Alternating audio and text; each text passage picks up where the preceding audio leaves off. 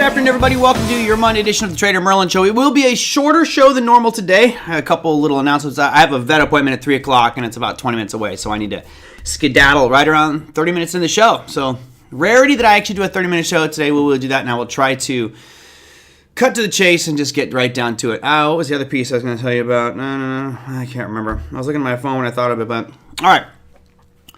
I wanted to talk about this one last week, but Friday's show just kind of went down a path that they usually go down. It involves whiskey. So today, I'm going to spend probably about 10 minutes or so, 15, and go through some of the tokenization stuff that's happening right now. As you guys know, I teach the cryptocurrency program for several different companies, but Trading Academy is where I spend most of my time. And the digital asset revolution that a lot of people have been naysayers on and saying, oh, that's going to go away, it's garbage, it's a scam, it's a fraud. You know, you just kind of have to take those people with a grain of salt. The reality is the fundamental backbone of everything financial, from whether I'm talking about US dollars, I'm talking about fiat currencies around the world, whether I'm talking about real estate, I'm talking about insurance, talking about healthcare, talking about trade, everything will be recorded at some point on blockchain. And last week, there was an interview with Paul Adkins, who's the chairman of the SEC. As we know, we had Gary Gensler in there, and Gary Gensler is, I don't know. I feel like he's a very intelligent man that was put in a position and told what to do, and he didn't do the things that he really wanted to do. He was being forced to do some things. Now I feel like we have a little bit more optimism on all branches of our government, whether that's the president, the treasury, the House of Representatives, the Senate. It feels like there's much more optimism towards crypto and digital assets. Certainly a little bit of angst towards a central bank digital currency. But Paul Adkins' comments in an interview with Maria Bartiromo on Wednesday was pretty fantastic. And basically what he was saying was everything will be on the blockchain soon. And it's not a question of like, oh, is it the next decade? He thinks it could happen within the next couple of years, which I thought was a pretty bold statement, which brings me to my graphic for today, which is tokenization. Now, what are some of the benefits? You know, according to Paul Adkins, he said, there's huge benefits here. You have far greater transparency. You have predictability of the markets as well. You have improved risk management, which basically means that you can reduce the gap between trade execution, payment, and final settlement. So here you have the chairman of the SEC basically focusing exclusively on trading stocks. And this will be impacting stocks, futures, options, Forex, etc. NASDAQ already has a petition into the SEC to push through tokenization of their shares, all done by the NASDAQ. Now, this brings up a whole bunch of different questions, which I'll try to address here today, but I want people to understand the scope of it. Here you have someone like Paul Adkins, who's the chairman of the SEC, not only saying that we're headed that path, but it's going to happen far greater and faster than people are expecting. Essentially, approving and saying that the SEC is wide open to using blockchain technologies, allowing NYSE, NASDAQ to tokenize their assets as long as it's in a controlled, regulated framework. And in that interview, he also went on to talk about how FTX, because it was controlled and monitored by the CFTC, those were segregated accounts. And U.S. customers didn't get hosed as much as the international ones because of our regulatory oversight on FTX. Now, if we take it away from just the security industry, I want to bring in a few more different industries here. So obviously, we have tokenized trading. Tokenized trading meaning that your stock, futures, options, Forex, crypto, bond market trades will all be done on a recorded blockchain. And those should be faster, more efficient, and more transparent than our current systems that exist today. So that's the trading side. And I could go deeper if we want to, but for the sake of time, I'm going to try to kind of flip through these quickly. Then we get into things like tokenized real estate. When we look at what Larry Fink was saying, remember Larry Fink is an asset manager, right? Not Larry Fink specifically, but his firm, BlackRock, one of the largest asset managers in the world. They've got trillions of dollars worth of capital locked up in financial markets around the world. And when someone like Larry Fink makes very bold statements, basically saying, hey, the future of money is going to be tokenization, I believe his direct quote says that, this was in October, he said something like, the beginning of tokenization of all assets is basically beginning. He also said that there's enormous growth over the coming decades, it's faster than most expect, and it's the next major evolution. Now, he changed his mind on a couple things, but he still is all in on tokenization. He believes tokenization will be huge. There are outside estimates, not Larry Fink's, that target between $13 trillion and $15 trillion worth of tokenized assets by 2030. It's not that far away. It's 5 years down the road, saying we'd have close to $15 trillion worth of tokenized assets. And I do believe a lot of that will be on real estate. So I know we have some realtors in the room. We have some people involved in that market, whether you are on the title insurance side or just retail, commercial real estate. These things will all be done in a blockchain as well, making it much faster, much easier to move assets around and show true ownership. So that's another one I'm pretty excited about. You have commodities. We already have this to some extent. If you guys look over on the crypto space and look at something like, let's go PAXG. I'm going to bring it up for you here just a second. I know I'm not on, here is PAXG. This is a gold, called a gold stablecoin. This is a traded token on Ethereum that is pegged to the price of gold. You notice right now the gold is trading at 4,219. That's the gold futures price, not the spot price. That's the futures price. 4,219, and the current spot price of gold, 4,178 on PAXG. So you could buy 1 ounce, token of PAXG, and that would equal $4,178.41 right now. This is also, the gold is held in an audited warehouse. So you're going to see different custodians pop up for physical assets like commodities. And think about the movement of gold, silver, any metal or corn, wheat, soybeans, crude oil, all done through tokenization. Tokenization of commodities is kind of where I was going with this one. It represents instant ownership by just having that token. And to me, that was, yeah, Joe says, I wish there was a silver token. I don't know why there isn't. There used to be a silver token, just like PAXG. Honestly, I have no clue why that is not the case. And maybe it just has to deal with it. You're holding so much silver. You'd almost be like cornering the market if you were buying as much silver. It could be demanded by a silver ETF or silver token. Now, Big Eb says, how will that affect Bitcoin, Ethereum, Solana, etc.? That goes back to the initial graphic I had here. Let me bring this back up. You notice on the intro screen, I actually have multiple images here. I tried to show it, said, show me tokenization and digital assets, and it put this house and showed some interconnectivity. I added icons like Cardano, Ethereum, SWI, Solana, and a nice little price chart here that shows price appreciation going up. And it's a great question, Big Eb, because ultimately it's going to boil down to a couple different considerations. Number one would be, what type of blockchain are these entities going to use? Will we see something like the United States government choose, Solana to issue their bonds, or Ethereum?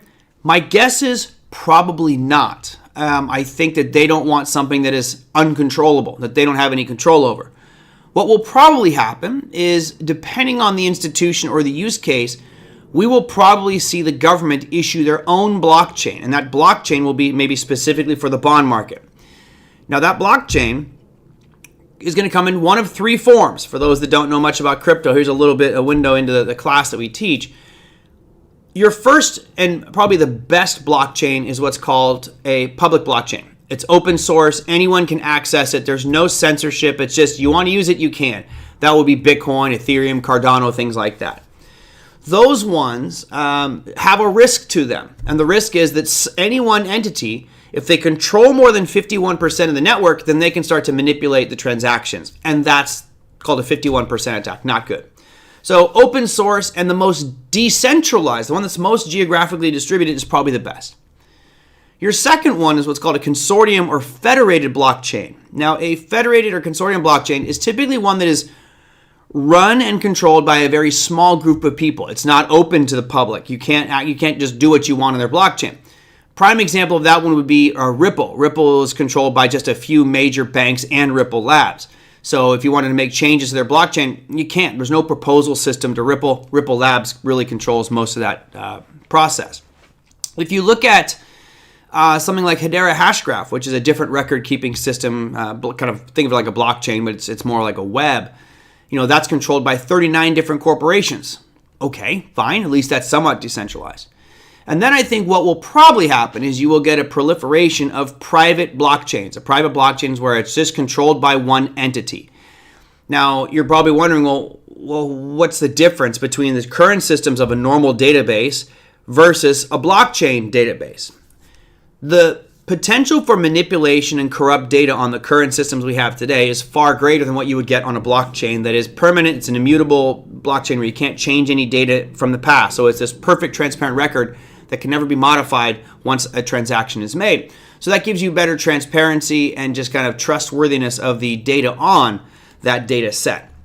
So my guess is when we get to this tokenization level where the NASDAQ, for example, says we want to put everything on a blockchain, it would probably be best if NASDAQ controlled all that. Now, what may happen here, and again, I don't know which way this is going to go. If I'm the NASDAQ, I'd want to create my own private blockchain where I control everything. That's the safest thing for me is the NASDAQ, but it does create a little bit of vulnerability to the NASDAQ because now you and I as NASDAQ customers have to trust that their system is safe, secure, robust, and accurate. I'm not a very trusting person, as many of you have figured out. So does that mean that you cannot correct a mistake? That is correct, Les. If something is erroneous in the blockchain, well, the blockchain won't make mistakes, right? I guess we have to define what would be a mistake. So for example, let's say I meant to send $1,000 worth of Bitcoin to Dan and actually accidentally sent it to Les. That's a mistake on my part. I can't fix that. The only way I could do it is to reach out to Dan and like beg him to give you that $1,000 back. And Dan's probably gonna be like, yeah, right. Come and get it, right? So those types of mistakes, user error mistakes, cannot be fixed, can't be changed. There's usually not systemic problems, but there is the potential to roll back a blockchain and fork it, meaning this is a long example. Thanks for opening up this can of worms, Les. Let's say I've got a brand new blockchain and there's 10 blocks, right? I'm on the 10th block right now. So we finished 9 blocks. Those are all permanently recorded. And let's say that on block 9, it's discovered that there was a hack of an exchange connected to this blockchain. An exchange, and there was like $100 billion stolen. And now we're at block 10, 11. What they can do is they can say, we're going to roll back all the way to block number 9 before the hack happened and split the blockchain from there. It's called a fork, a hard fork. It doesn't happen very often. It has happened with Ethereum back in 2015, I believe. Has not happened with Bitcoin. They've never rolled back the blockchain, but technically you can. It's extremely difficult to do on a public blockchain. On a private blockchain, they can technically do whatever they decide to choose because a private blockchain, they control everything. So as this world continues to go into tokenization, talking about tokenized trading, no longer will we need the CDCC, right? That bank really that holds all the shares for stocks. I won't need that. You're going to have a lot of different real estate companies are going to disappear. You're going to see commodity markets much more efficient, and I think the popularity of commodities is going to grow much more because of the ease of transfer of ownership of a token. And then I put in here voting, right? Voting will all be done on a blockchain, and that obviously that blockchain will most likely be a private blockchain that, again, we have to trust the issue of those blockchains. So a lot of this, new technology is going to make our markets more efficient, more transparent. However, the DTCC. I said it wrong. Sorry, Shoemaker. That's what I give for talking so quickly here today. The DTCC, the Depository Trust Clearing Corporation, which is a government-sponsored entity where all of our shares reside. Honestly, we shouldn't even need that thing. Now it'll just be a blockchain. So really, if you're the DTCC, you've got to be getting nervous because there's no need for the DTCC anymore once we go blockchain. Now, who will control this? I'll be honest, if I'm Paul Atkins of the SEC, I will probably look to create an SEC chain where all traded securities under my control, anything that the SEC is regulatory jurisdiction over, you're listing on my blockchain.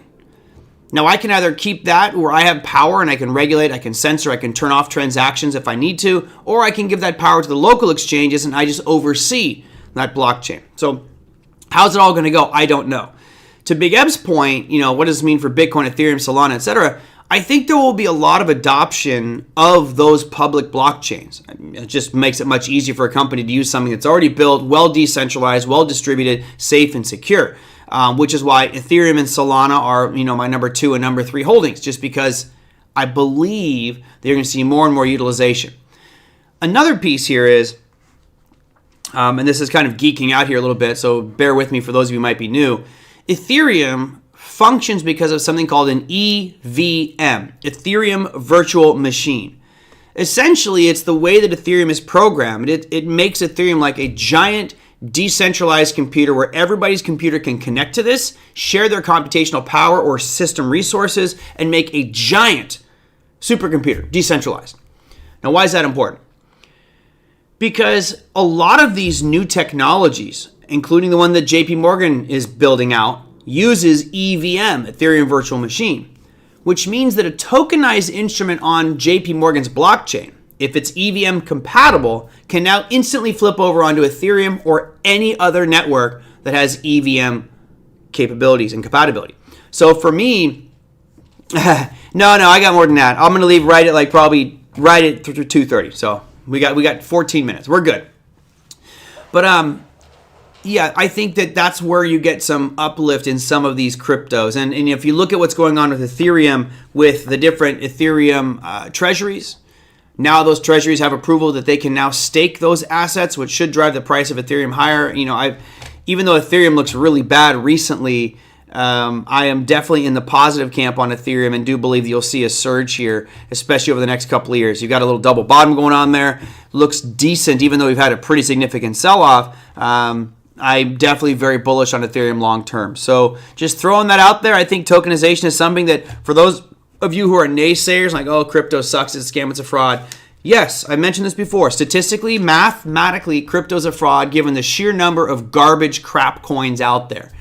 However, when we look at the spectrum of 27 or 28 million different cryptocurrencies, there are a handful, maybe a couple thousand that have legit prospects for the future. And some of these, like VeChain. VeChain is trying to be a logistics blockchain. So companies can use VeChain to track inventory, shipping, distribution, all that stuff.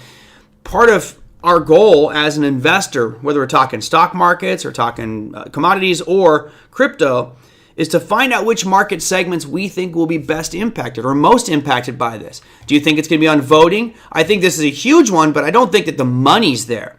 Do I think it's going to be in commodities?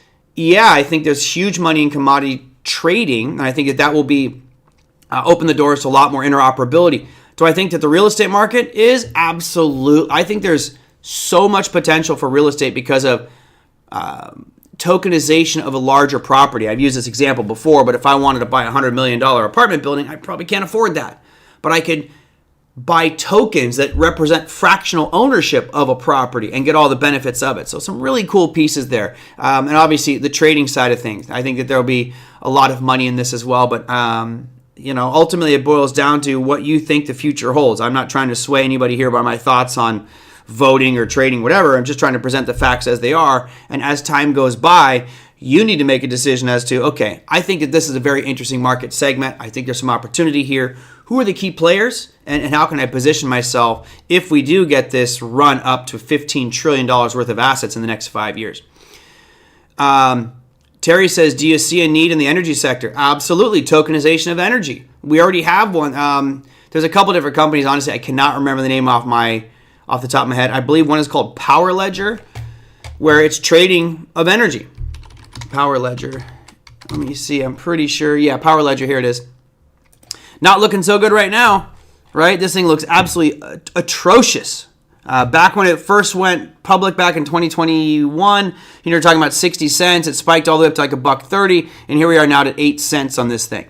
So as a concept, as an idea, great. Why not have decentralized sharing of energy and I believe this is set up where people can actually sell your energy back to Power Ledger if you're using solar panels or things like that, as opposed to just using, your Southern California Edison, which is robbing you on your energy costs. So yeah, there certainly are practical retail blockchains that you can jump into, but I think what will happen is your energy systems, your networks who are doing trading, meaning Southern California Edison and some East Coast power company could be swapping credits and tokens just to bolster their balance sheet and buy power from different exchanges, but do so in a much, much faster manner. I mean, it really is wild, all of the different potential here of tokenization. Just remember, bottom line is more transparency, far greater execution speeds, and accountability because everything will be trackable. Interested to see if and how it can help agriculture. Certainly from the futures side of things, if futures products will be done on a blockchain, so you have tokenized future products, right? So if I'm buying the ESZ 25 and looking for the December future contract of the S&P 500, that'll be on the blockchain. But so will corn, wheat, soybeans, all these other commodities as well. Again, making it much faster, much more transparent. How does it help the industry? I'm not an expert in that. I'd have to have someone like a Don Dawson come on who is much more into the agricultural commodities side and seeing how these types of markets can be impacted with something like blockchain. Does it help for distribution of those commodities? Does it help for more fair pricing of those commodities? I'm not quite sure. Let's see. Yep, I did see the need for energy sector. I don't see any of it, so it'd be a good thing. Here, don't sell yourself short there, Garfield. It's not. It's one of these things that you're going to see it, right? It's not like, oh, well, it's not going to impact me. It's like saying that electric cars aren't going to impact you. Well, they are, even if you don't drive one. They're around you all the time. You'll start to see the technology. I think that once we get an understanding of the advantages of tokenization, your banks will start to flip over to tokenization, right? Let's say you're JP Morgan Chase or Wells Fargo. They'll have their own blockchain. On that blockchain, they'll probably issue stablecoins. So you're going to know what stablecoins are. You're going to know how to use this blockchain, how to move money around using these digital payment rails. And that's not, another 10 years out. That literally is like a year or two away. Remember, the Genius Act is changing a lot of this and making stablecoins a absolute part of U.S. society starting next year. Starting August of next year, stablecoins will be issued by just about anyone who wants to, as long as they meet the requirements put in by the government and local officials. Rob says, it's all in the mind. If you think you are right or wrong, you can do it. Either way, you're right. So VB says, no privacy. And this is definitely one of the big concerns. Now, I'm a big fan of privacy. I think that everyone should have the right to be private in everything they do. I personally don't care about mine with regards to my money or assets moving around. I'm not really that worried about it. There will be privacy change. There will be some features that the data is private. For example, if I have a Wells Fargo account and Wells Fargo has their own blockchain, they're probably going to make that what's considered a private blockchain, and you can't access different account information. You'll still have to trust that bank. If you are looking at things like Bitcoin, then yeah, it's fully transparent, but it never shows your name. It won't show your name on there. All right, Blue Diesel, good to see you. Merlin blockchain, health insurance payments and processes would be awesome. Can't believe how ridiculous the system is, and they claim you didn't meet deductible on certain dates. Yep, everything will be transparent. Here, think of another one. How about this? If you just want to look at blockchain stuff. Thank you. Like that, my gangster rapper. Christmas is right around the corner. Holiday season. Here's one, and I think I might have mentioned this for you, but this should be put into law.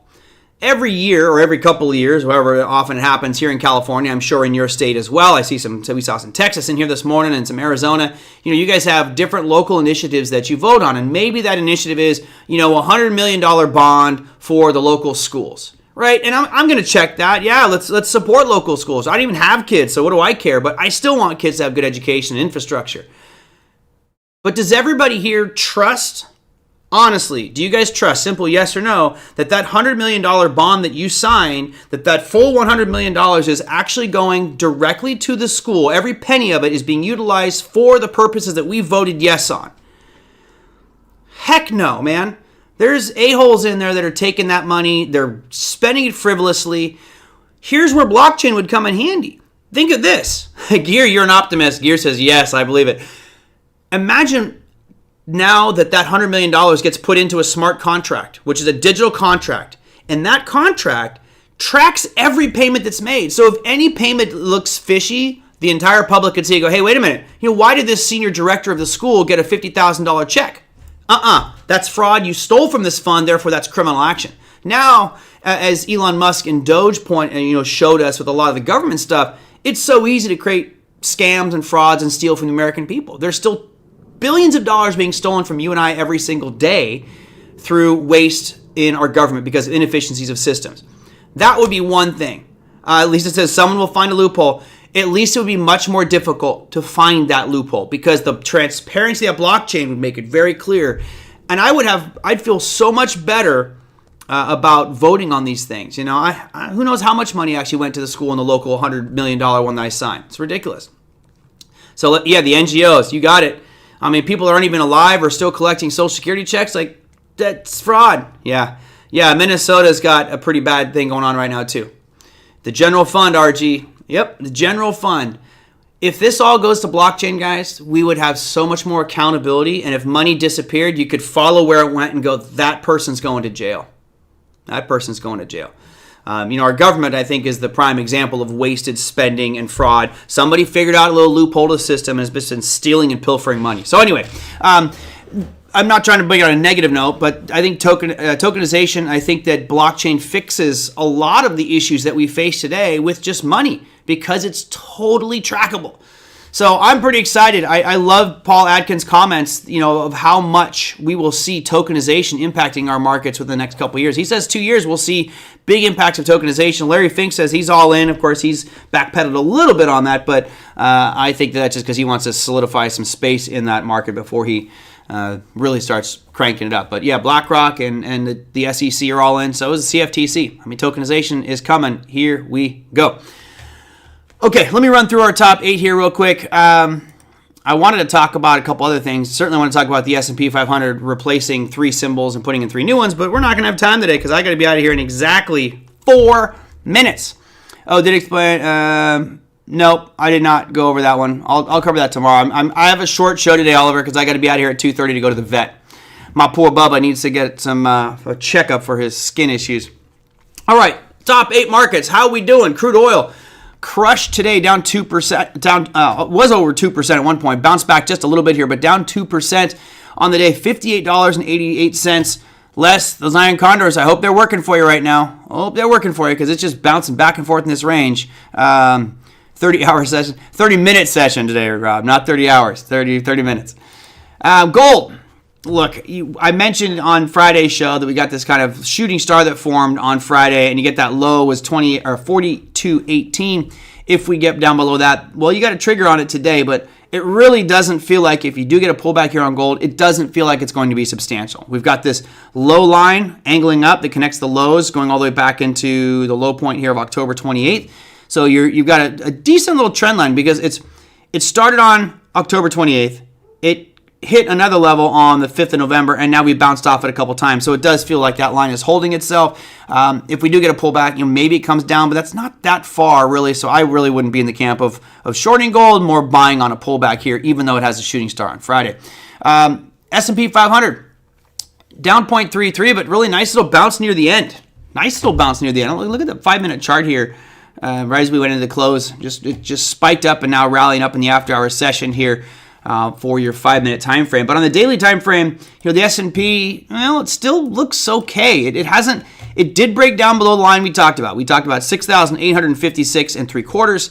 We broke down below it, and we're below that at this exact moment, just slightly, but still overall, I feel comfortable with the uptrend here we've got going on the S&P.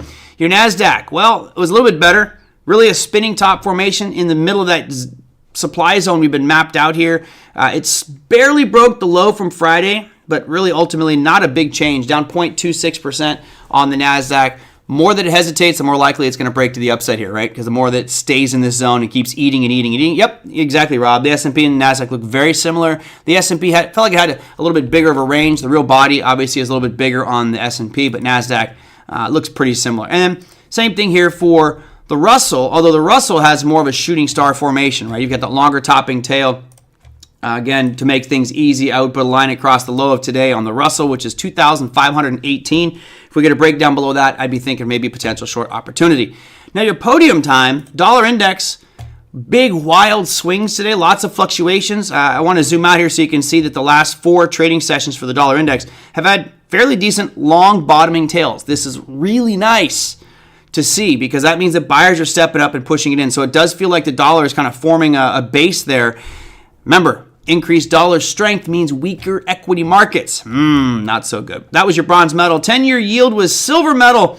Boy, we have seen a huge surge up, and this has me a little bit concerned because we've had that 4.199, call it 4.2 level. We are screaming towards it. We almost hit it today. We got to 4.192 yield on the 10-year. Again, we get above that, and I think you're going to start to see some more upside movement here. The big picture still shows us in a downtrend, but if you look at this picture, it's kind of a head and shoulders or inverse head and shoulders pattern. Going back to September, you see the shoulder, October is the head, and then November is your right shoulder, and it looks like we're pretty close to breaking it if we haven't broke it already. Okay, and last, and definitely least, making its way back up just a little bit here, up 1.55%. That was Bitcoin, 90,990 as we speak. Not the best. We did have a topping tail that broke up above 92.5 today, but still showing a little bit of weakness, ending in the lower half of the range. But hey, an up day for Bitcoin, we shall take it. Lisa says, Fed Day, thoughts on rate cut and market's reaction? Again, I do believe they're going to cut 25 basis points. My focus will be on the call after, the conference call with the press conference and what is said there. Of course, we'll have Bill Addis on the program to talk more about that and a much more in-depth show on Tuesday. So I'm going to take off here because it is now 1 minute past my said due time.